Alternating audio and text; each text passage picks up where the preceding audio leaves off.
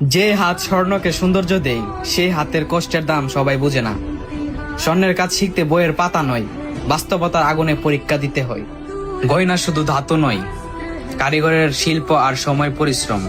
স্বর্ণে চকচকে দেখে মুগ্ধ হওয়ার আগে কারিগরের পরিশ্রমটাও মনে রাখুন।